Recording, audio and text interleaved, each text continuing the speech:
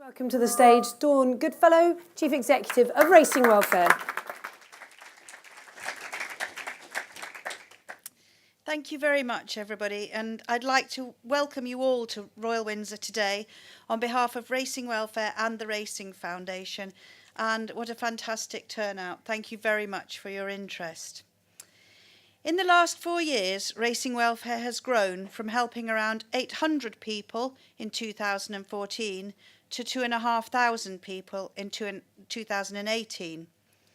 However, we've not only grown in size, but I hope you will have noticed that we've very much changed our approach. Apart from working hard to build a better relationship with racing and make more people aware of our services, we've also changed the nature of those services to be more proactive than reactive, working with people to ensure that the small problems don't become big ones.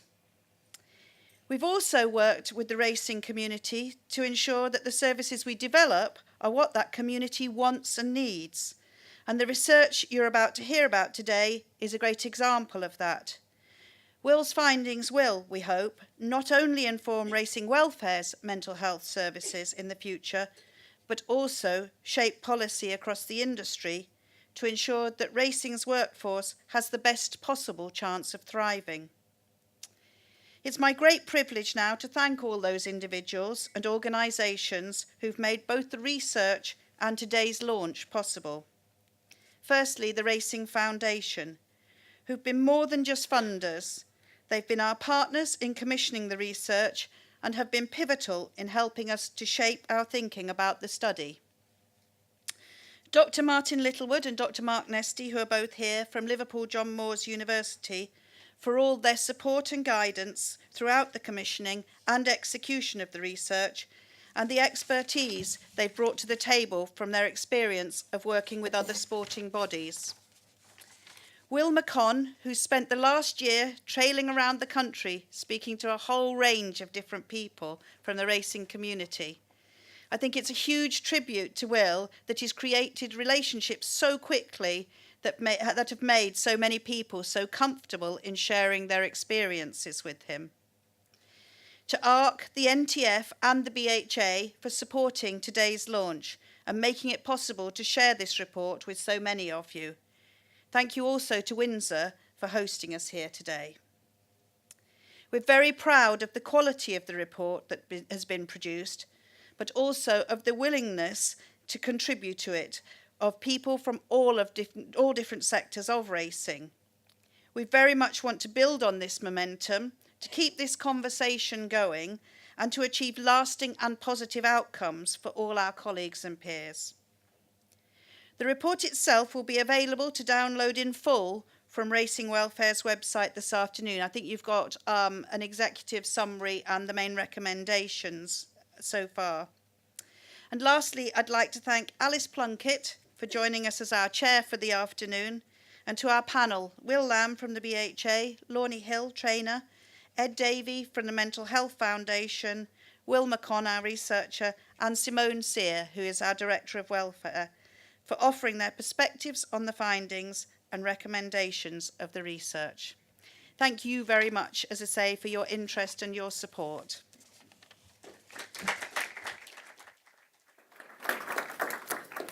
Well, thank you to Dawn, and I think we give a very warm welcome now and a big thank you to Will. Let's have him up on the stage and hear a little bit more about this huge piece of work that he's been doing. Thank you. Cheers. Clicker right here. Ooh. So just, I suppose, to begin by saying, echoing Dawn's thanks for you guys all coming here today. I know everyone's got quite busy lives, so I do appreciate that. I suppose, sorry, technology. And also as well, I suppose give you an overview of who I am. As I said, my name is Will McCon. And obviously I'm part of a team with Dr. Martin Littlewood and Dr. Mark Nesty at Liverpool John Moores University, who've been looking at this over the last 14 months. And I suppose I want to begin with a few different things. One is about the title of this report. So it went for a lifestyle rather than a job, and that was a sentiment echoed by a trainer. It's actually by a few trainers. It's something that's wheeled out quite consistently. It's also was, I suppose it's it's this all-encompassing lifestyle is continually spoken about across all facets of racing. And there's a good side to that. There's a sense of meaning, there's a sense of purpose, being part of something bigger than yourself, all healthy psychological concepts. But obviously the flip side to that is that it can become too much, and you might have, obviously, that passion can lead to burnout and kind of, I suppose, mental health concerns. So I'm going to just begin. Also, I just want to talk about what I mean by mental health, because that term can be a little bit uncertain as well. So we're talking about mental health. Yes, we're referring to mental ill health. We're also talking about poor mental health. So subclinical elements as well. But also we're talking about good, strong mental health as well, and how that can be developed. So I'm just going to begin. I've only got 30 minutes. It's a 14-month study, so it's going to be a bit of a whirlwind tour. I hope that's okay. So just to begin with an overview. So we had kind of three, I suppose, research objectives that we were looking for. One was how workplace practices impact the current mental health needs, the appropriate mental health mechanisms, and recommendation on delivery of a holistic professional mental health service. So in relation to the first one, what we mean by workplace practices, that is the day-to-day routines that people are involved in terms of racing. So that's a normal day-to-day. So that's what we mean by workplace practices. We also want to look, I suppose, at mechanisms in terms of what might help enhance mental health. And we look at that in terms of cohorts, and I'll talk a little about cohorts in a minute, but also look at in terms of the general overall industry as well. So when we started off doing this was, it began maybe last February, and we kind of went through, we did 131 face-to-face engagements with individuals, so that was stakeholders, and trainers, training yards, etc. Some of that was interviews, some of it was focus groups. We also did a survey as well, put that out in January, and we got 1,500 respondents from that. We don't have necessarily what we call a representative sample. We can't say this is all of the industry. We'd never say this from a 14-month study, but it gives us signposts and indicators about maybe what's going on.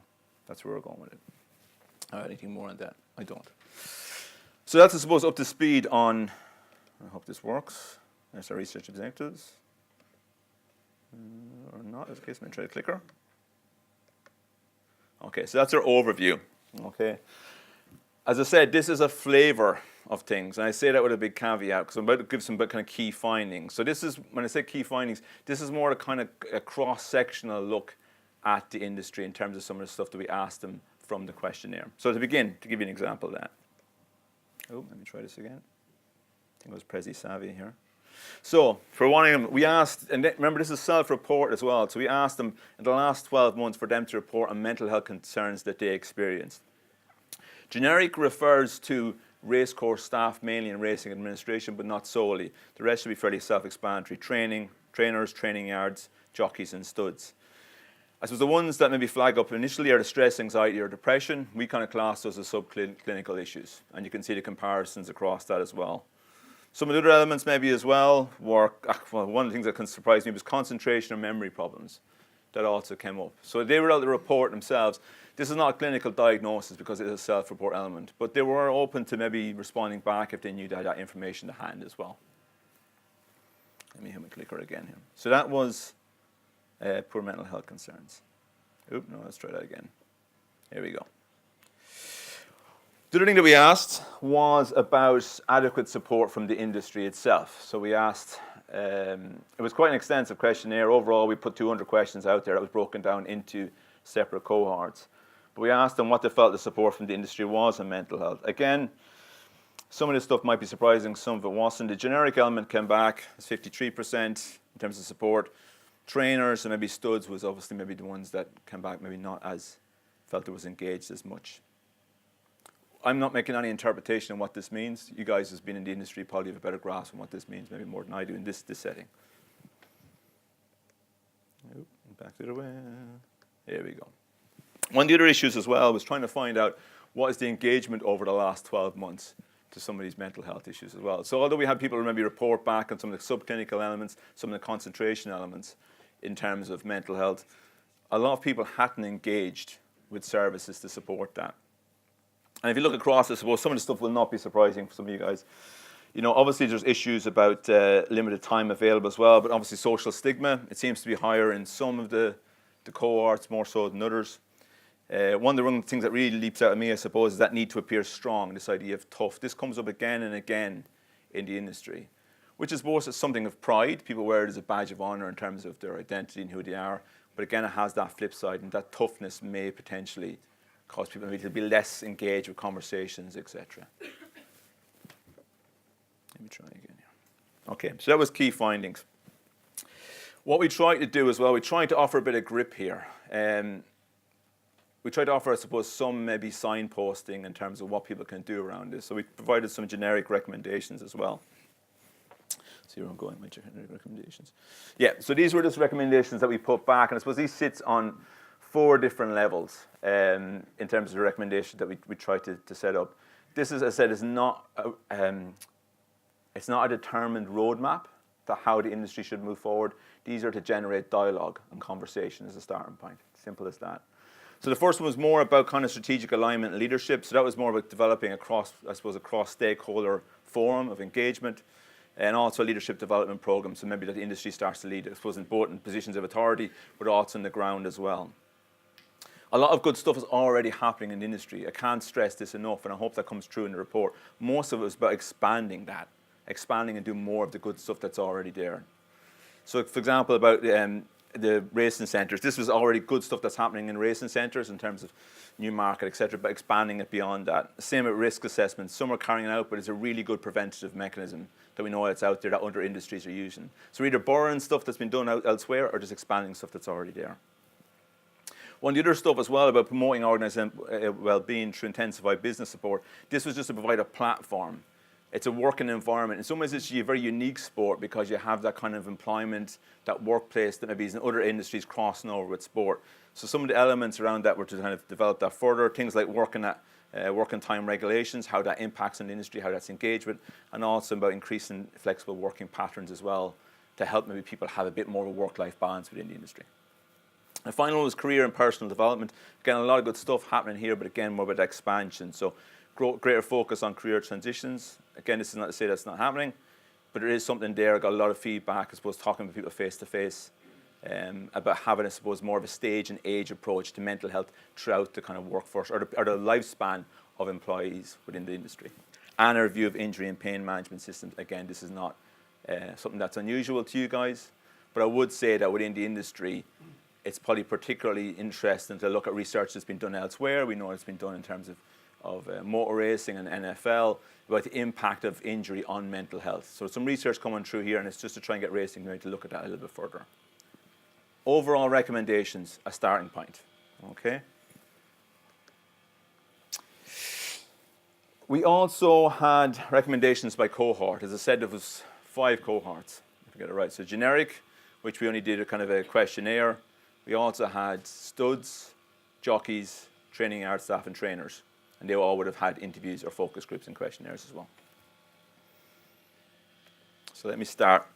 So this is the recommendations by the 5 cohorts. So let me just start with the generic one, I suppose, to begin with. So as you can see, this one was more about, can you break this down in terms of racecourse staff and racing administration? And to be honest with you personally, it's been interesting one to go back and do face-to-face interviews and focus groups with to draw out some more elements of this. Even with that said, even though there's a majority are sitting in that domain in terms of racecourse staff or administration, it's also more interesting to look at the kind of the diaspora of other roles that are in there and how maybe we begin to acknowledge and focus on mental health and what they look like for some of those individuals as well. But that's just to give you a bit of a breakdown in terms of the generic cohort.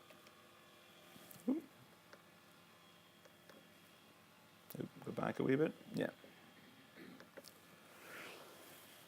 So some of the statistics that's come out of that, and what I try and do across all the cohorts is give you, I suppose, a consistent, not necessarily a baseline, but something that reflects a kind of consistency amongst each of the different cohorts. Okay, so we asked them, for example, back a bit, we asked them a little bit about how the mental health impact the amount of type of work that they do. Some suggested to some extent that might have an impact, okay? It's a little bit mixed in this one. I think we start to look at other cohorts, it becomes a little bit clearer. And also the impact of work on mental health. And there's a large suggestion that says it had a negative impact. What I would say with that, you have to remember this is in context. You go out and speak to 90% of people out there in the working industry and ask them how mental health is impacted by their work. You might not get a positive response, okay? So I'm cognizant to avoid sensationalism as we go along here. Does that make sense? The recommendations here are pretty broad because we didn't, any of the recommendations that is put forward in the report is based off of asking people what would make a difference and what would help. We didn't have that here because we didn't do face-to-face interviews. But there's maybe a few things that are worth looking at. One is about the working patterns beyond equine staff. So what that looks like and how that interlocks with mental health. And that feeds into the second one as well, with the backstage of racing and how that gets acknowledged as well. So that's a non-equine, non-performative element of racing gets looked at and how mental health gets understood from there. Within sport in general, this is often ignored. And I get the feeling within racing, you're much more aware of that than maybe other sports. Also, development of partnership strategies. So there's a lot of different bodies in there. There was obviously with the farriers, there's element around vets. So it's how we actually go forward in developing further links and relationships with those various bodies that are in there. So it's very broad for this particular cohort, but it was just something as a starting point in terms of recommendations. How am I doing for time? I'm okay.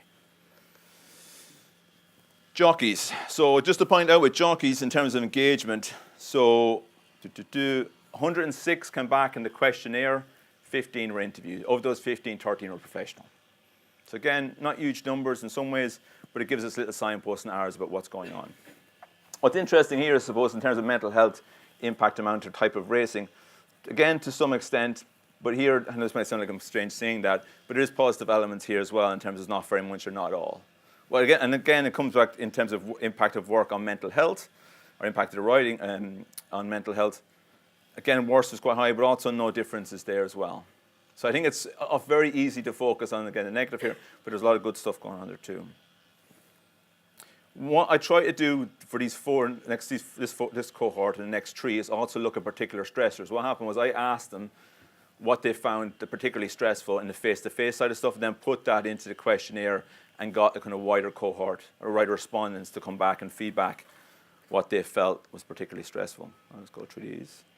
You've already seen them. So these are the main stressors. We had a kind of 1 to 5 level. There's a lot of information come back from the survey, but these were what was identified as the main stressors for those respondents. Okay, so that's what we got. That was seen as a very stressful. So the bottom line basically refers to a percentage, but that's about 1 to 5.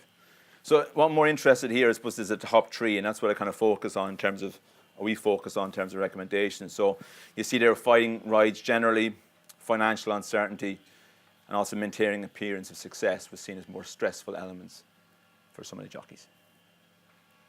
In terms of recommendations, again, a lot here was about expansion, what's already been done. So work already has been done about within career and end of career work, but this might require enhanced promotion and adaptation. Some of the jockeys, when we fed back to the survey, came back with quite low numbers about engaging in the last 12 months. Jockey coaching team was referred to continually as something that gave people a sounding board and connection. A lot of jockeys that fed back again wanted that to be on the claim, beyond writing out their claim as well. Jockey peer support system, what was interesting is really kind of quite experienced jockeys really wanted to help the younger guys, and the younger guys really looked for the experience guys to help them out, but there wasn't maybe that platform for that to happen. I'm also concerned about financial advice. Again, this is not perhaps that surprising considering some of the stuff that came back in the stressors.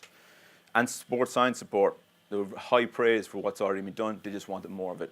But maybe that's athletes in general. So that's just recommendations around jockeys.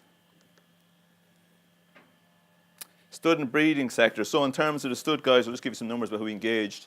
So 145 come back from the questionnaires, and there was just 7 in-depth interviews with managers. So again, a bit of a light touch here, but hopefully some signposts. Again, in terms of impact, amount, or type of work, to some extent or not very much. Perhaps the more concerning one is the impact of work on mental health, which is probably a little bit higher than generic, but all of them come back a little bit higher than the generic component. Stressors. So the top 3 here, searching for career progression, that also came out within the face-to-face stuff. Balancing personal commitments alongside work, and lack of control over when to take holidays or take time off. So flexibility, again, these are pretty consistent with the face-to-face stuff as well. So they're the main stressors. Some recommendations here, again, starting points. Tailored system for managers and supervisors. So this was a management-based system, perhaps to look after trainers and supervisors, not just, I suppose, for promoting, I suppose, a psychologically healthy environment in the workplace, but also looking after themselves as well. It's quite a stressful occupation. Also, how you deal with smaller, more rural suds, how they're catered for that maybe are beyond the racing centres. How make good mental health maybe fostered. So it's also getting away from this idea of paternalism that's all about necessarily dealing with the poor stuff, but how do we actually promote the good stuff? Cross-sector response to injuries and the psychological fallout of such injuries. And how research a little bit more about tied accommodation. About 60% of the workforce are in tied accommodation. As far as I can tell, that's higher than, I try to find a little bit of research into armed forces, and the only one I could think of, that this would be that high. So maybe some more work needs to be looked at in terms of the impact of that on mental health, for good or for bad. So some trainers. So just give you some stats on our engagement with the trainers. 74 came back from the questionnaire and 30 were interviewed. And that was a kind of face-to-face interview. So I've only got a bit light touch here in terms of the trainers. A few different things here. Mental health impacts on amount or type of work. This is pretty inconclusive. You know, you're getting stuff back that's over 30%, but to some extent, or not very much. It's a little bit inconclusive. What's perhaps more useful is the stressors. So again, these are the main stressors, what was deemed to be very stressful by trainers. Injuries to horses. Again, this is probably unsurprising to a lot of you guys. Financial uncertainty. If there was two teams that work across all of this industry, financial uncertainty is one, and also workplace flexibility is the other. They're the two main things I would say across all of them. Yes, and obviously bad debts from owners as well, and that links into the financial uncertainty in some ways. So that's the main stressors for trainers. Recommendations. Again, with these recommendations, I asked them what they wanted and tried to take it from there. So, get debt collection management system to help deal with bad debts. A lot said they were kind of in arrears in the first 6 months, made it very, very difficult if you're starting off as a small business then to be successful. Enhanced business support for the first 18 months, again, is to equip new and small trainers with some support and getting started. A bespoke resource. I think what happens is trainers quite a unique role. I kind of thought, is it similar to coaches? Is it quite different? It's probably a mixture of employers and coaches, which is quite unique. So something maybe that's more bespoke to them. Individual executive coaching and mentoring. This is from the business angle, but also is to provide, I suppose, a psychological support in different ways that maybe is more discreet and more confidential than maybe that open aspect that can be a little bit more threatening for trainers. And maybe it's also to stop thinking of trainers as individual enterprises and start thinking of them more as family-run businesses. 59% reported back that either a family member was involved in the work with them. And certainly that was validated when I was out speaking to them as well. So that kind of changes how we view them, how we support them. We're not supporting them just as individuals, but as families trying to develop their businesses. Where am I going? Training yard staff. So again, the kind of consistent message in terms of statistics, mental health impact on amount or type of work. Again, a little bit uncertain there with the first one. Impact of work on mental health. This was probably quite high in terms of making it worse. For some of me, the interesting stuff is not about that negative, but it's trying to expand that better bit, that people come to work and enjoying it as well. If that makes sense. In terms of stressors, just to touch on the three main stressors again. I suppose the main one there is ensuring wages cover personal costs. This is not going to be a surprise to anyone. In terms of, if you look through the report, earnings across the industry are quite low. Well, let's not say they're quite low, but there might be concerns there in terms of people making a living from what they do. That's I think, a consistent with many sports. Also, I suppose the other one is feeling must work when sick, ill, or injured. Now, I'm not saying that is feeling they must work. We don't have stipulated in terms of feeling they're obliged to come in as part of employers. This is their own sense, I would presume, that they're feeling must work. Some recommendations, again. So one of them was that this idea that the horse dictates the work. That comes across quite a bit in through the research. We're trying to develop more, I suppose, bespoke innovation that looks at how the working practices. So a more looking at innovation in terms of shift patterns and working time flexibility. So rather than just saying that's the way it is, actually start to tackle that directly and go, okay, how can we bring innovation into industry? How can we develop things to maybe try and foster that? In-house mental health education and support system. So again, very difficult for a lot of people to get out to centres, etc. How we can bring it back in. Also, race and welfare as an occupational health scheme to expand that, I suppose, more the psychological elements, not just the physical.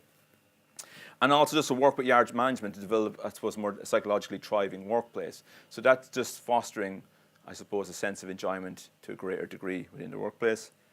and also diversification and promotional channels. As I noticed from out driving about, a lot of these places in quite rural geographical areas, and I suppose it's trying to support that in terms of where people are based. Just on, and actually that's me in terms of everything. I know we're tight for time as well. As I said, it's only the start of a dialogue about how this moves forward. And I suppose also there's a lot more depth when you look through the actual papers itself or look through the report. But I'm hoping that's a starting for 10 as we go into discussing the panel. Thank you very much, guys, for listening to me. Appreciate it. Great, well done. Take a seat, please. Well, brilliant way to get started. Thank you so much. Can we welcome up onto the stage Simone Sear? Simone is Director of Welfare at Racing Welfare. Great to have you here, Simone. Ed Davey, please, who's Community Head of the Mental Health Foundation. Great to have Ed here to give his perspective. Then we've got Will Lamb. Welcome up onto the stage to Will Lamb, Executive Director of the BHA, and Lornie Hill, trainer, and to give that whole industry side as well. So welcome, everybody. I think you could give them a bit more of a round of applause. Thank you very much. Well, it's great to have you all here. I know all of you have been fascinated on different levels as to this bit of research. And let's start off. Who should we start with here? Dawn, let's get your Simone. Sorry. I'm going mad. Sorry, Simone. Let's just get the background as to where Racing Welfare was and where this research came from.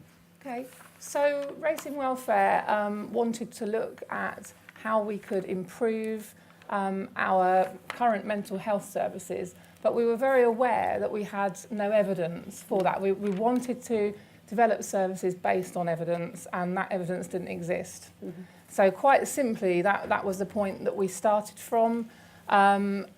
Any evidence that we had of mental health issues in the industry was either based on our own experience of people who would come to see us, which is obviously a small section of people, but also anecdotal evidence. Mm-hmm. So that's where we started. We were also aware that the wider industry was looking for some evidence, and we began by going off to see Liverpool John Moores University and having that conversation about how we might take that forward. It's been a study huge in scale, very ambitious over a short space of time, but for the very first time we do have some evidence of what those issues look like and what we might be able to do. Were you surprised by the findings from what you're seeing on the ground? No, not really. And I think if most people read through the report in full, they probably won't be surprised either. But as I say, there it is in black and white. Some of it makes quite difficult reading, but then, that's what we wanted to find out. We wanted to find out what the challenges are. Ed, you're not experienced in racing this, but mental health is your area. And within this report, it becomes apparent that 65% of the cohorts have reported issues around mental health. The national statistic is about 25%. Where do you see, how big a problem do you see mental health in racing? This is not my field of expertise, racing itself, but the Mental Health Foundation is 70 years old this year, and we're a charity that is dedicated to improving mental health and preventing mental illness.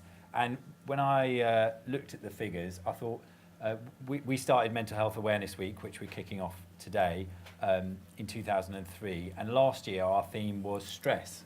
And so I looked up the figures and compared them to the figures that you have in this report. And actually it's not as bad for racing as you might expect from the bald figure of 25% of the general population experiences a diagnosable mental health problem in any given year. And actually, I checked the statistics, and this is of the general population from our survey last year. 74% have felt so stressed they feel unable to cope, and 82% feel some stress in any given week. So they're quite comparable with the figures that you see in this report as regards racing. I think what's really, there's a couple of things that are really interesting and important. One is the point that you were just making about basing what you do on the evidence, and that's really, really important.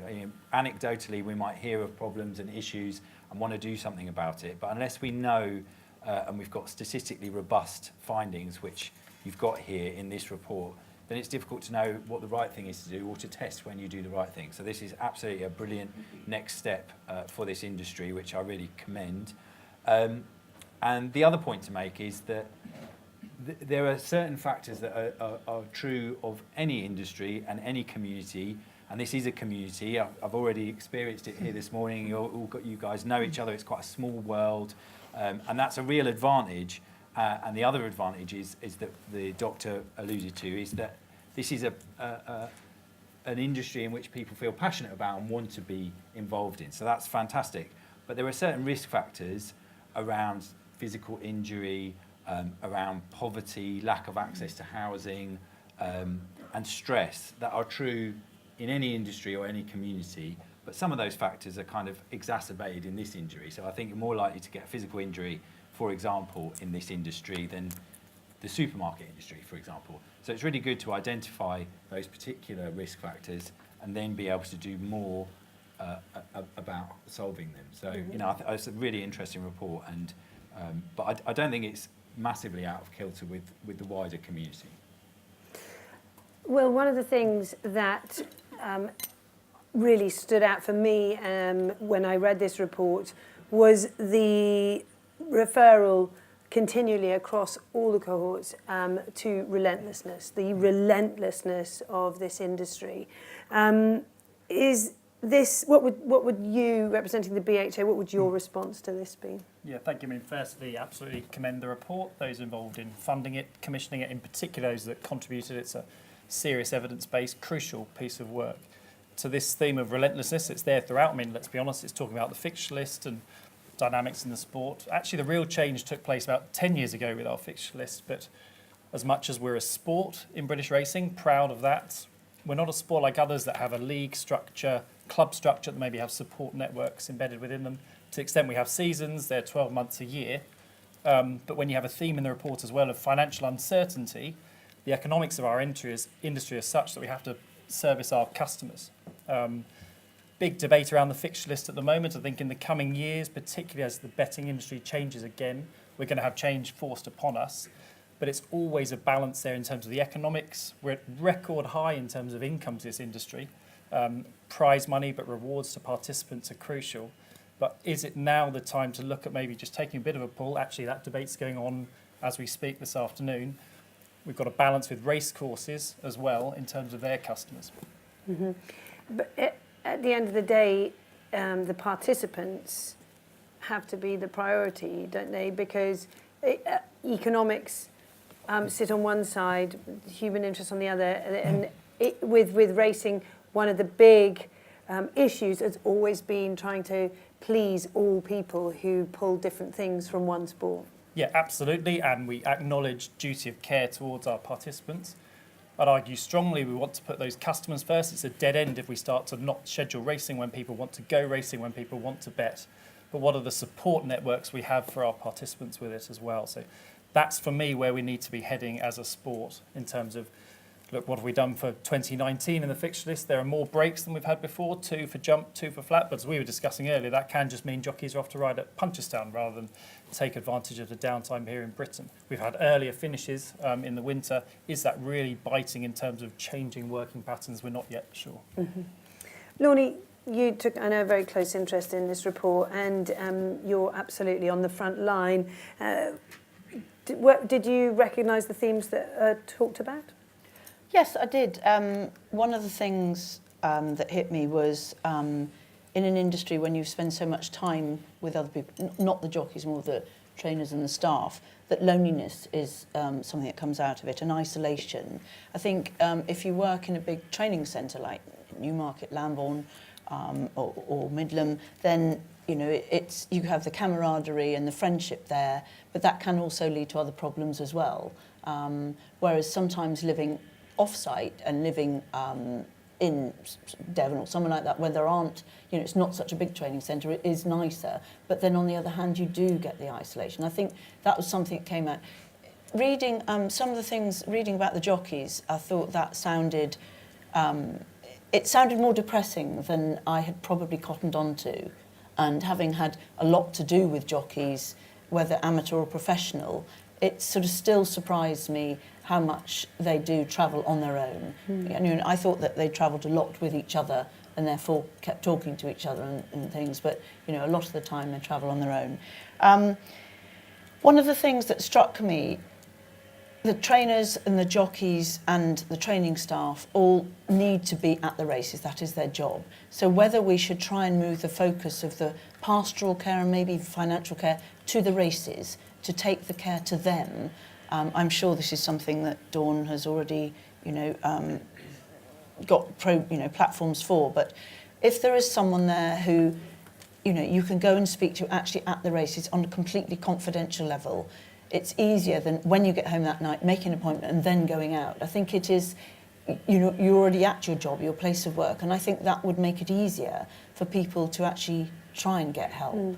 One of the things that struck me around the trainers, the jockey thing you talked about, which was the travel situation, which, who can sort that out? It is one of the really difficult things. But also was, from your point of view as a trainer, the crossover between work and lifestyle, which is what Will described this whole, you can see why he described this research in those terms, because you're dealing with work, but for a lot of people it's their fun. So for trying to get that balance and keep the distinction between professionalism and friendship, from a trainer's point of view, seemed to cause a huge amount of stress. Also, we moved very much like so many people have done from the point-to-point world, which people still really see as a hobby, and was our hobby, and then you move into the professional world, and it is very different. But again, what you had said as well, they said about in the report as well, was living on the premises. That's something that you never get an off day.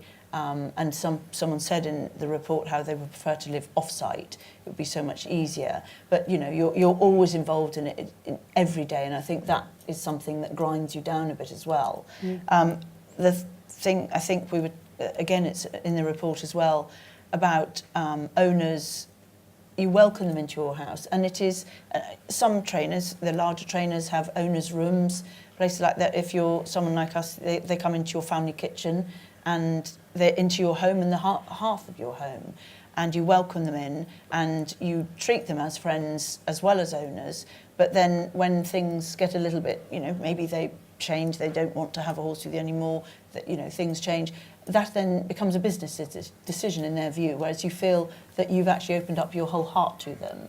And I think things like that, you just have to, get tough and get used to things like that. But I think it's quite difficult when you're welcoming people into your home. I think that is quite a, it's quite a difficult thing when perhaps the relationship sours. Yeah, there was an interesting point actually in the report where he talked about bringing someone into their home, having dinner, doing things, and then the end of the month came and didn't pay the bill, and then the end of the next month came and didn't pay the bill, and then that differential between, hang on a minute, where does the line drawn here? Will, it's a brilliant piece of work. It's fascinating for all of us, and also what I found really interesting is that it's stuff that I've taken for granted, having been involved in the industry all my life, whether as a rider or as a trainer or in broadcasting. It's just how it is. But the impact of that and recognising the impact of that in the work that you've done is really interesting. How do your findings compare with other sports that you've been involved in? I suppose it's on two levels. If you're talking about from a research perspective, it's nearly impossible to compare sports. And the reason I say that is because it's very difficult for a definition of mental health to be consistent across research. So we use mental health very much here as a term in terms of poor health, ill health, good health. You have that broad spectrum. Some just use it in terms of ill health. So it's very, very difficult to suggest that. I know, for example, in terms of sports in general, most, as Ed was alluding to there, most represent actually the general population. So most of them are similar to general population in terms of statistics. The only one that stands out, actually, some of my colleagues who deal with football might be the only exception in terms of footballers retiring. There's something maybe slightly there. But generally, it reflects the general population. The element here is I think you have to be very careful with statistics, is that what you're trying to look at is how mental health, either good or poor, gets expressed day to day within racing. That's what you're trying to find, really, and get closer to that, rather than necessarily getting too attached to statistics and doing comparisons, because it's nearly impossible to do that, if that makes sense. But if you're, one of the things that is obvious, and we've been talking about this morning, is that racing is 7 days a week, pretty much 365 days a year, bar a couple. Is there any other professional sport that has that level of activity within its jurisdiction? I think certainly in terms of locale, I don't know of any other that would have it. I'm thinking something maybe like golf. There's maybe any closer one where it has that kind of wider industry, or maybe a little bit of tennis in terms of movement of athletes. So anyone was saying, like when I was looking at talking about jockeys or anybody even training yards, how to move around the country, it may be closer to some of those sports. But you're right in terms of actually the performative element of this, in terms of I think about working in rugby in the past, you have a weekend, that's what you're aiming for, the whole week is building up to that. But I suppose within racing the difference is it has that day-to-day potential, that racing on here tonight, or tomorrow night, etc., all around the country, and that has an impact, all right. But again, it's more about how it's unique and approaching it from a unique perspective rather than trying to retrofit things from elsewhere too much and try and deal with it. We'd love to open the floor for questions. I've got plenty more questions I'd love to ask, but I'm sure many of you are interested in putting something forward. Have we got any questions? Oh, maybe we haven't. Well, I can keep. That's much more interesting for me. Good. Simone, let's just go back to stable staff, because that's not particularly an area that we've covered here. And the talk that was recommended about flexible working hours and looking at more maybe shift patterns. Did you pick up on that? Yeah, absolutely. And quite a few people, we see quite a few people that struggle to work the hours of racing yards and often have to leave because of that. People struggling to even come to an appointment or go to see a doctor, for example. That's really, really difficult, trying to fit that around racing. It is tough. It's long days and long hours.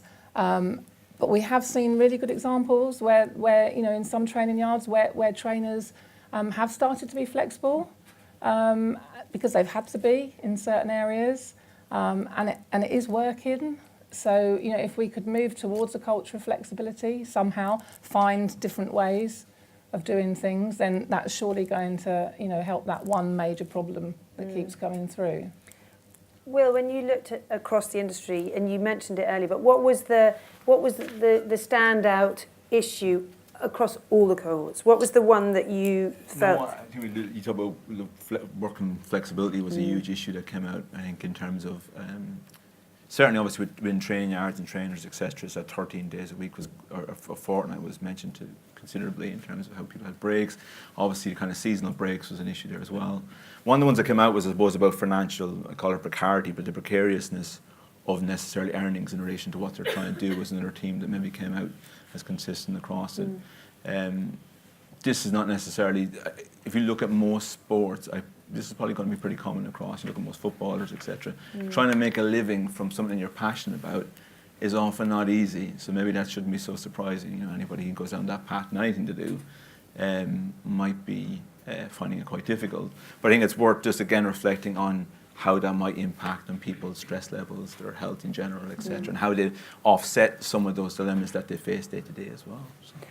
Ed, across the population, what do you see as the main triggers for mental health? Are the things we're seeing in the report in racing the main triggers that are towards mental health problems across the population?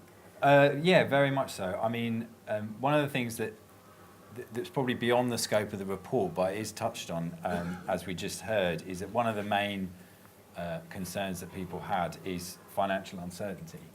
And if you look across the whole of society, the main predeterminant of any kind of ill health, but mental ill health as well, is poverty and inequality.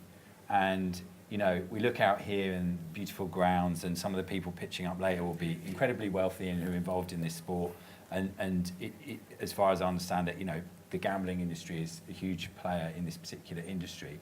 And, as an outsider, perhaps it's for me just to raise the prospect, is there a fair enough distribution of the financial rewards of this sport down to those who make it work at the grassroots level, that those who are working in the stable yards and in the industry and that keep it going? And I would suggest that that although beyond the scope of this report, that's in wider society and in this industry, that is something that drives ill health, is if people don't feel they have enough money to live on comfortably, that they feel very uncertain about their financial future. That's something that drives ill health across the board and would be a feature in this industry as well. And, Sir Michael Marmot, who did the Marmot report exactly 10 years ago, that was called Fairer Society, Healthy Lives, identifies this very much as the most important driver. So I think, we can't ignore what he calls the causes of the causes. It's really important to make sure services are there where required and that we give the right advice and that we give the right support. But let's not forget some of the really key drivers, which is actually poverty and inequality. And some of these guys, as I understand it, rural poverty is a real issue. The cost of housing in some of these locations that are around quite expensive places like Cambridge, for example, housing is so expensive. That is something, even though no individual in this room can fix, that we just need to be cognizant of if we're going to really make a difference. The thing that was very clear from the report was that there's an illusion that trainers are earning a lot of money, and that we talk about stable staff being remunerated and the issues around that, and that 53% of stable staff earn between 10 and 19,000. But then you look at trainers. 50% of them earn less than 19,000. 50% of trainers earn less than 19,000. And so that is a stat that we would often look to, that trainers maybe fall into this slight vacuum in the middle where the perception is that they're doing all right and that stable staff have an issue, but actually the people who are paying the stable staff are earning less than the stable staff they're paying. Would you say that, Lorna? Yeah, and I was quite horrified to see that only 5% of jockeys had taken any financial advice in the last 2 years. That seemed terrifying, really. I think a lot of the problem with that is at 16 they have a licence to ride. They can't buy a drink, they can't buy some cigarettes, they can't vote, they can't drive, but they're seen as an adult who can, who should be able to cope with all the stresses and strains we throw on them. And there isn't always the support to help them through that. It's not like the old system where you used to have, say your trainer and then the head lad and, say the matron in the hostel to look after them, someone who they had to sort of support them. There isn't that the whole way through like there used to be. Is there an argument, and maybe it's beyond the remit of this platform, but is there an argument, well, perhaps that the age for licensing a jockey should go up, listening to the arguments around financial management and stresses around that? I mean, a lot of work done on apprentices and conditionals. I mean, I think for me, again, it's more around the support that is on offer. And jockeys are probably self-employed as well, so imposing sort of regulatory measures there can often be a challenge. But just as case in point, and Paul will know this better than I, Paul Struthers, I mean, I was at Huntingdon last week, pretty small fields, we have them at the moment, but an awful lot of jockeys. The average jockey riding at a meeting will have 1 or 2 rides, and that economically makes it very, very difficult to take the sort of living people might think is going to be possible as a professional sports person. I think, again, to some of the other points, agree with everything that's said, of course. We've worked very hard in the sport to get a better understanding between the different constituents. Great progress made between the NTF and NARS on paying conditions, but this sport's finances are not the same as they are elsewhere in the world. We have to work very, very hard to make sure we've got transparent returns. We've slipped a bit in the last couple of years. I'd say we should see prize money agreements coming back.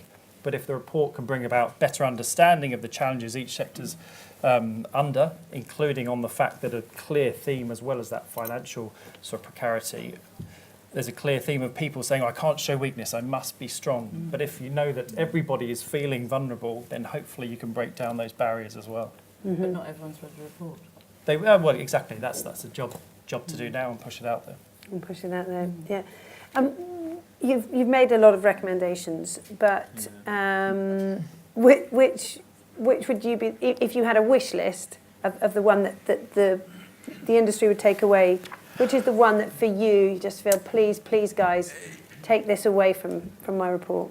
I think I think Ed will agree with this as well. The problem that you might have is that mental health becomes something that's vogue for a couple of years. It's a hot topic. It gets discussed.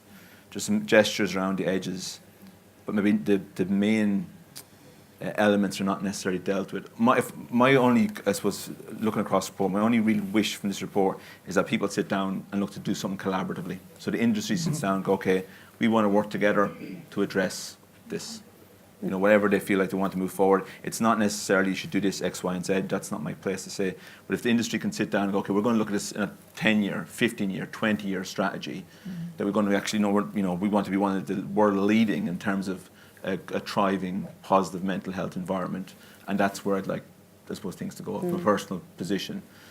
Because I think the danger is that you kind of end up falling into something that is short-termism, and in a few years something else comes up, and really this is something that has to be, same as physical health, it's got to be a long-term, collaborative, strategic approach to the next 10 or 15 years, and that continually, in terms of the industry being relentless, using that relentless concept to be towards this as well, that you keep going with it and don't stop with it. I think we've got a question.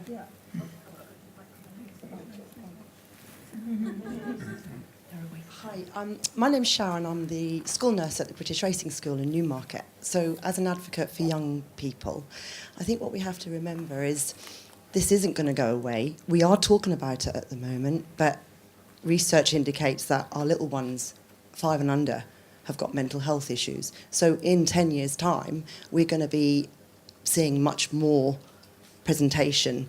And I think if we empower those young people, since I started my role a year and a half ago, and I found that empowering young people to have a voice and actually say how they're feeling to their head lads, head lasses, to their trainers, to whoever, and having that voice, it creates an open and honest, transparent industry.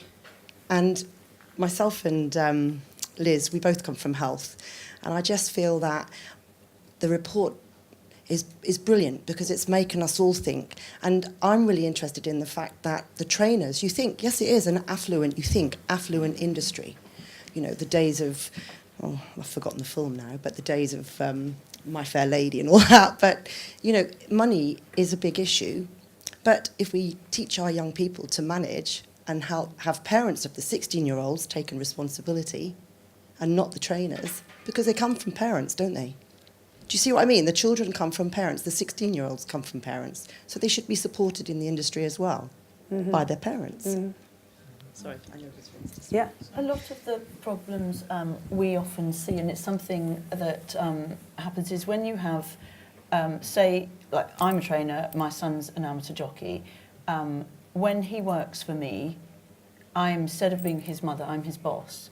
So is his father. So where does he go when he wants help and he wants to talk to someone about an issue? He can't talk to me. And this is something I think happens a lot in racing. With the trainers' children often ride a lot and for their parents, and their parents become their bosses. And so who have you got to talk to then? And it's very difficult. Who can you trust? And I think this is, again, it's another issue of, although you've got your family close around you, are they actually in that situation if they were your employers? Are they the best people to speak to? And that's a huge issue as well, which I think it was touched on, I think, in the report as well. Yeah. You got, sorry, you want to? Yeah. My name's Ian Summerall. I represent Break Even. We're a partner of GamCare, the National Centre for Problem Gambling. I was really shocked, to be honest. We're talking about anxiety, stress, financial problems, which are key triggers of people developing gambling problems and gambling problematically. In your report and all the questions you asked, very few people sort of said they would suffer with gambling problems or gambling problematically. But there were sort of questions after. What sort of questions? It was. We include that as a measure to come back on that. But the problem you have, because of the self-report measures, whether how people are comfortable in disclosing some of that. And the thing about stress, anxiety, depression, it provides, I suppose, in some ways a catch-all, and we're aware of the kind of one of the challenges in using that. We certainly asked them, and it does come back. It's not as strong, the teams, but it certainly is in there, and it varies across the cohorts a little bit as well, but it certainly asked them. The very nature of the business is obviously, I was just very surprised at such low figures. Yeah, I was very surprised too, yeah. And also the online abuse was very low. I was surprised that was so low. Yeah. As a recovering, it's my 10th anniversary of having a drink of alcohol, but when I was thank you. If I make it to July the 5th. But one of the things about being an addict of any kind, gambling included, is that I didn't have a problem, until I admitted to myself that I did have a problem. So if I'd seen that form, I'd have said, no, I don't have a problem. Even though I was drinking the mouthwash in the morning, I still would have said I didn't have a problem. Gambling is very much what they call hidden addiction as well. Yeah. I'd be very surprised. I suppose the stigma working in the industry and having a gambling problem would make it even worse. It ties up with the lifestyle point, isn't it? That this would just be considered, I guess, part of the lifestyle of being in the racing world. And of course, I gamble, and there was probably quite a blurry line between doing that and considering yourself having a problem or not. Yeah. Hi, my name's Liz. I'm the Occupational Health Advisor down at Newmarket. There's a couple of things that I think from the industry as a whole that I've noticed since working with Racing Welfare over the last 12 months. My background is coming from the Army, and I find that there is very much a similar culture in the racing industry as there is in the military, particularly with that attitude of, you've got to be, you've got to toughen up, you've got to, just get on and get back up, get back on and carry on, because that's what's expected of you, and you know that everybody's short-staffed and everybody's working long hours, so you've all got to muck in together. But interestingly, what I've also noticed is that when people are coming to see me for physical injuries, as part of the course, we ask about their social situation, if there are any concerns that they have, and more people are starting to open up. But unfortunately, in the UK as a whole, mental health services are very poorly supported, very poorly funded. So even when people do disclose that they've got issues, we're quite limited into actually how we can, forward them on, signpost them. I often signpost people to different websites, including the Mental Health Foundation website. But it's that whole encompassing situation that it's not just about what racing can do to support mental health and well-being. It's, Society as a whole. Yeah, absolutely. That's a good point. So we had a question at the back. Yeah. Yeah, hi, Jim Boyle here. As a trainer, I can certainly vouch for the facts that have come to light about finances being crucial, and that, as trainers, regularly our staff do on more or similar wages than we are, and we'd love to pay them more. Things have improved greatly, but there's a lot of work to be done. But the whole funding of the industry as a whole is a huge importance. But Will, you came up with some interesting statistics somewhere in your talk. You mentioned actually that in the wider population, something like 75% of the general population on a weekly basis had feelings of stress, anxiety, what have you, and that they were comparable with what we're hearing in our industry. Does that mean we're doing some things right? And if so, what are those things and how can we build on those? Sorry, it was to me, was it? Yeah. Yeah, well, see, I think there is a lot. The thing about it is you have to, and it even comes back to the lifestyle. A lot of people in it because they get enjoyment from it. There's huge stuff that came back. Like we asked them as well about how they would like to retain in the industry. Do you know what I mean? So, if you want to stay in the industry till you retire, or if you don't. The ones that did, there was stuff about team ethos, even trusting in employers came back as a strong thing. There is stuff there to be built on. It's just trying to take that further. But you're right, there was some good stuff as well that came through that. It wasn't a case it was all doom and gloom. It just maybe wasn't as strong. But then that's obviously when people fill in, yourselves fill in a survey, sometimes there's a bias towards the negative anyway, especially when it comes about mental health. I mean, you drop mental health in there, people often think. So there is that element all built through it. But there certainly was that sense of, and all sport has this, if you're talking about that team ethos, that came through quite strongly. And even, I suppose, some of the stuff about not wanting to take time off, that wasn't necessarily towards employers. That was often when even them speaking out to training yards, it was to staff themselves. They didn't want to let their teammate, if you want to call it that, down, using another sport in parlance, didn't want to let that individual down by taking time off because, I don't want such and such to have to carry the load because we're all trying to do that work together. That is a huge thing to build off of. That is huge. They didn't want someone else riding their horse a lot of the time as well. Well, that might have come true a little bit as well. But that, for me, that showed. But it's just trying to expand on that and just trying to draw it out a little bit more. But that's and it's not taught. I suppose you don't think of it in those terms. I didn't think of it coming in. But that idea of working for the person next to you is huge in this industry. It's huge, and that is something That's to build military from. as well, isn't it? Similar to what you were saying, military. Yeah. I was just going to say, sort of building on, was it Sharon's point about children and young people? So we have a scheme that we use in secondary schools called the Peer Education Project, where we train older children to peer mentor younger children with a kind of syllabus we design for them around resilience and protecting your mental health and all of that stuff. But part of it is about building on your assets and what you have in this industry. Everybody clearly loves the industry. There's obviously a good sense of community. You've got great access to green space, which is a really good protective factor. So you have a lot of fantastic assets here. I think there are some structural issues around the finances, by the sounds of it, and how money and security trickles down to those, even at the trainer level and then beyond that. But I think there are great assets to build on. It's not all doom and gloom by any means. Obviously, people are attracted to this industry, and it's got a lot of positive things going for it. So, you know. Well, one thing I wanted to ask you, Simone, is that I think that one area that needs a lot of close inspection is brain injury, particularly when it comes to the jockeys, an undiagnosed brain injury and the symptoms that come with that aren't necessarily recognised by the individual, that perhaps should be picked up and flagged up by other people around them, and that with jockeys, I think that's maybe a bigger issue than perhaps. And we talk about in the report, you talk about carrying injury and covering injury and the problems around that, and that how much of that do you see and the reflective issues around that?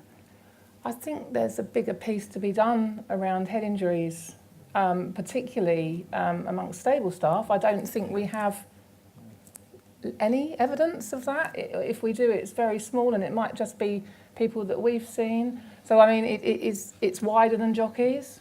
Yes. You know, that head injury piece, but certainly head injuries do have an impact, a big impact on people, and I think it's one of Will's recommendations that be broadened out. Yeah, I think in the research. Yeah. No, I think that even came true from the focus groups was that sense that from the training yard staff, they wanted to have that comparable focus. It's very, very difficult, isn't it? Because you're away from the performance environment. It's not like on the rugby field where you do your HIA, or you might do it in terms of even a training during the week. You know, you've got someone that comes in and does that, the head injury assessments. So it's very, very difficult to do that. But it was that desire for comparability. I think as well. That's nice for talking about that feedback. You're dealing with lively animals here. It's anybody's around horses. Like even talking about the trainers as well, there was injuries there too. And what was interesting, they were least likely to report those injuries or take time off. Sorry. So even though the injuries were lower, trainers were less likely to take time off from injuries as well. So you have lots of different facets. You can't get too locked into things around horses in general. You have to have that awareness. You have to remember, it's not just a fall. No. Yeah, it's kick or it's any kind of whiplash. But within, you just need a clonk from the horse's head up, and or a kick or a flip. Do you know? I mean, it's that trauma, that brain trauma, isn't it? So I don't see why we don't test the baseline concussion test for all people in the. Yeah, we'd like to move towards sort of licensing of stable staff as well, and that might be one route to do that. Certainly the focus through Jerry Hill, our Chief Medical Advisor, is very much on jockeys, as you say. If I may just quickly to Jim, to your point, and absolutely we've heard a lot that's being done today, a lot of them are very new initiatives. This sport is going to have some difficult decisions to take on the funding front in the coming months, the coming years. It's absolutely vital that these services that pretty new become the new normal. We have to build upon them rather than when we start to look at if we have to make cuts in certain areas, you can't rule them out, have to make sure we don't in any way take a step back in these sorts of areas. That's absolutely crucial. Look, what the Racing Foundation are putting in is fantastic. Through the levy and the new yield we have there, we've sort of trebled what we're putting into industry people, but that's really on the training side of things. But absolutely we can't, as a sport, we have a fantastic turnout here today. We can't retreat across these services. It's interesting as well from your report that you don't own, that there were some people who I was surprised made it into the report, which is probably unfair, but talking about racecourse staff, people who host the events, that we look at, stable staff, frontline and jockeys and trainers, but that that we are such a huge industry in terms of the breadth of people involved. That really came across in your report. Yeah, and I think it's something that is across a lot of sports, we have a performative bias. You know, we look to people that are directly delivering the performance. This is not just racing, this is rugby, it's football, it's everything, you know, and you even look at some of the research being done in other sports. We're only starting to get, like, you know, mental health for support staff, you know, those kind of things, multidisciplinary teams. So we're even so it's not just, you know, racing there, but it's trying to expand it so you're not just privileging certain groups over others. I think that's a real danger in any sport. We say, well, that person's more important, that person. It's an organic ecosystem. If you want, everybody needs everybody else. And that really has to hopefully that does come true in the report in terms of even the stakeholder stuff. But it's the same for other sports as well. There's an interdependence there that needs to be understood and fostered and really brought to the fore, I think, as well. Can I ask a question for Ed? Hi, Hannah Walker from Race and Welfare. One of the questions, sadly, I've sort of not personally experienced mental health, but I have had experience for it sort of via my husband, actually. And for a carer, that is one thing which I do think does get ignored. You know, if you are living with somebody who is depressive, suicidal, turning to alcohol, it puts so much stress and mental pressure on that carer. And I don't think there is much support for that carer. It's all about trying to cure the source. And I was wondering, what is there for the carers? You're asking me. So, I mean, Mental Health Foundation, as I say, is a charity focused on prevention. So we're like a public health charity. So services is not our main focus. But from personal experience, for example, you know, when I had my treatment for my alcohol problem, what was really fantastic about it was that they also did couple therapy, because I had pissed off, for want of a better word, my then girlfriend, now wife, for so many years with my awful drunken behaviour, that part of my recovery was really important to, like, hear from her and repair our relationship, and that was really important. So I think it's really important in any kind of, and the thing about mental illness as opposed to physical illness is that it's quite hard to know where the blame lies. You know, was I choosing to drink and do these dreadful things? Do depressives choose to be miserable and, you know, difficult to be around? They don't. It is an illness, but that's really challenging for those around them. As much as they might care for them, that's still a really difficult thing to be around. And I think you're right, it's not properly recognised, and carers are not supported as much as they could. Good services do recognise that and support couples to work out their issues around whatever the condition might be, and recognise the value that carers play. And carers play a massive role. You know, if you just look at it in financial terms, the burden they lift off the NHS and other services is enormous, and we must recognise, and we all, you know, we're not just individuals by any means. The best sort of support and services, you know, are ones that work with whole families and recognise that whole families are the little ecosystem that we live in. So I think, you know, I don't think enough is done, but it's certainly something that should be recognised, and in the best services they are. And it did come out in your report, Yeah. the jockeys referring to their families, family time, and also trainers as well. Because it's the basis of all social support comes from that. But the problem you have, obviously, for anyone in a performative setting, was then that line between work and life starts to, this boundary starts to erode. It's not just you as an individual that suffers, or it begins to get turbulent, shall we say. It's also that wider system, that ecosystem, that also begins to come under threat as well. And the sadness of that is that it can remove the social support which you need to be able to go out and do the work that you do. So it has that kind of double effect. Yeah. One of the things that there seems to have been brought up, which has really been a huge success, Will, is the jockey coaching system. And that, I know that's BHA funded, and would that be something that you could roll out a little bit more? Or is that it seemed that a lot of the jockeys, and I know just working with Mick Fitzgerald, the support that he does, I mean, he fathers his jockeys very much. He's so supportive of them. But it seemed that literally that one phone call on the way home from the races seems to have had an enormous, you know, disproportionate effect on that. Yeah, delighted with how jockey coaching is going. I mean, it's not funded by the BHA, but sort of under our auspices to an extent. Yeah, terrific feedback. There's always more that can be done, though, and absolutely, as riders ride out their claim, they say, "Oh, it'd be great if I could just keep that support network going." I think that's something we need to look at as a sport, absolutely. Can I just interject on that? We're looking at the jockey training development strategy, and one of the key points is possibly looking, because at the moment, only claiming jockeys have access to the jockey coaching team, of which there are led by Kevin Darley, who does a fantastic job. But we're looking at extending that for a trial period of a year after them writing out their claim, because obviously that's one of the most difficult. Could it be points. extended to their whole career? Why Well, does it if have funding to... was there, Alice, Okay. yeah, but at the moment it's, That's what I was £35 asking. an hour. The only for- barrier would yeah. be finances, and that they don't exist in the BHA as such. That's an industry discussion to be had if that's where the priority lies. But exactly as Lisa says, I mean, first wave of jockey training development strategy come to an end, and later this year, then what's the next few years look like? So But that, it seems from this report that is something should be looked at, that jockeys should have a coach available. yeah, well, we're actually putting key recommendations together tomorrow, and that will be one of the key recommendations to trial a year post-claim support for the jockey coaching for all jockeys. Thank you. Hi, Tallulah Lewis from Women in Racing. Just kind of following up on that point, really interesting about the finances. Women in Racing have a mentor programme that we have for our members, and it's all voluntary based. We don't get funding for it. We don't pay the mentors. We do events for them to come and attend to help, train mentors and train mentees. But there's definitely something that, exploring the why does it have to be, financed? I don't know the financial parts behind it, but if there's a way that the whole industry is behind this, then providing mentor programs don't have to have a massive amount of money behind them. I'm sure there's a lot of people in the room who would quite happily be a signposted person that someone could pick up the phone to, and we haven't actually explored doing it voluntarily.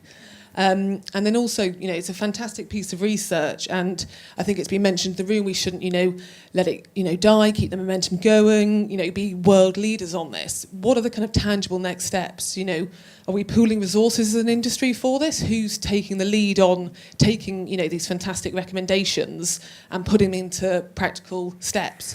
Well, and I suppose that's the question. Where are we going from here? Well, this is obviously clearly the launch, and I know that, Will, you were saying that the next steps from the BHA's point of view are... To sit down with Racing Welfare as soon as, there are, for those when you do digest the report, a lot of very sector-specific recommendations, but to Will's excellent presentation, absolutely at an industry level, there's always scope for more collaboration. We, the BHA, want to formalise our partnership with Racing Welfare. How do we embed, and to the points made earlier, it can't just be a year or two. We need to hardwire this in. We trade a lot on our sport being a lifestyle, and the positive element, the positive impact we can have, but we have to look at the flip side of that coin. We've digested the report internally at the BHA, discussion with my executive team, our executive team this morning. It'll be on our board agenda next month, but the next steps are really to sit down, run through those recommendations, pan-industry approach, because we have to be collaborative on it. If we work in silos, we're not going to make the difference that we need to.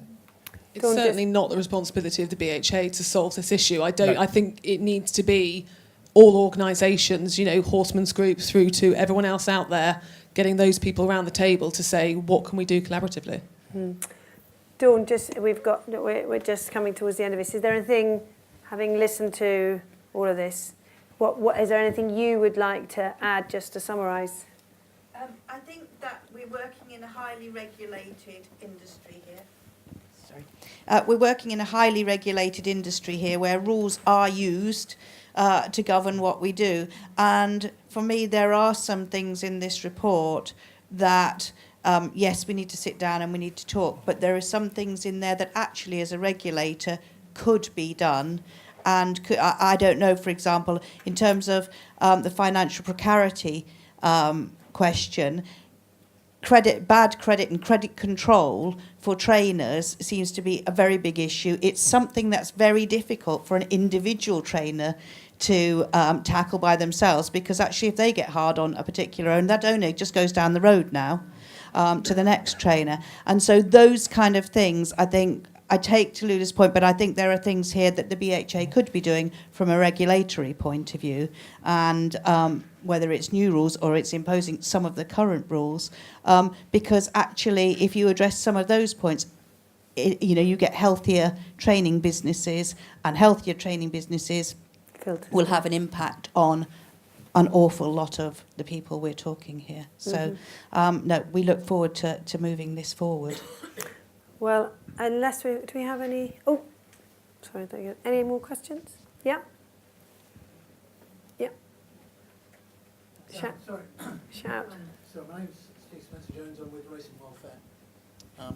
I was just interested to ask the doctor, about whether he looked at any other comparable lifestyle industries. For example, if you take the pub industry, it's a 365-day a year, you live at home, you trade with your friends, people don't pay you, you have staff issues, and so on and so forth. Have the industry looked at other industries, not sports, to get examples of how they deal with such issues? So just a quick answer on that. Certainly with the report, no. But certainly I take your point, because it's there's a lot of things that have been similar. You know, I can think of even in terms of dealing with kind of livestock, etc., in other industries. How do we kind of take stuff and transfer it? So you're right. So no, the report doesn't go that far. But in terms of developing innovation, one of the big things in the sport generally, it's not just in racing, how you breed innovation that's bespoke to racing, and for us in this instance for mental health, it's really important. So that means we have to go speak to publicans. We go speak to publicans. You know, I know. I know. But Simon's going to go. But it is about having those conversations. And sport in general often works in that way. Like different sports, I'm sure Mark and Martin at the bar can tell you a lot about football and how that works, Dan, etc. here as well. But it's actually about going, why don't we widen this a little bit to look at what other people are doing? Can we take something, its nucleus, and drop it into racing and then transform it to make it more bespoke to what it needs? You're right. I think the answers are out there somewhere. We just have to go and be searching for them. And Will, having launched this report, is that it for you? Do you walk off into the sunset, or are there areas where you will now expand? And is there a particular side of it where you'd like to continue on this? No. For me, I live in Glasgow. That's where I live. So if people want to find me, they can find me there. It's fine. No, I suppose, as I said, it's just. It's for me. It's more about the momentum continues to just touch back on what we said earlier on, and however I'm involved in that, whether it's still small or whatever, that's great. I said I come into this industry, even my accent doesn't suggest, but I came in pretty blind to the industry. I came in as a novice to it, and I remember a retired trainer said to me, "You'll either love it or hate it when you finish up this report." And I'm glad to say it's more the love side of it than the hate. So maybe that's a good sign in general for how people move through the industry in terms of a journey. Yeah. It is. Well done to Racing Welfare and to all the organisations who've been involved in getting this ball rolling. I think you'll all agree it's a fascinating piece of work. It's stimulated some great conversation. It's brought some brilliant people together here. And I know it's just the start. And certainly with Dawn at the helm, you can guarantee it is only going to be the start. And that this will not be allowed to sit still. But thank you so much, all of you, for A, for being here, B, for fielding such great questions, and being the start of the revolution. So thank you so much, and thanks so much to our panels.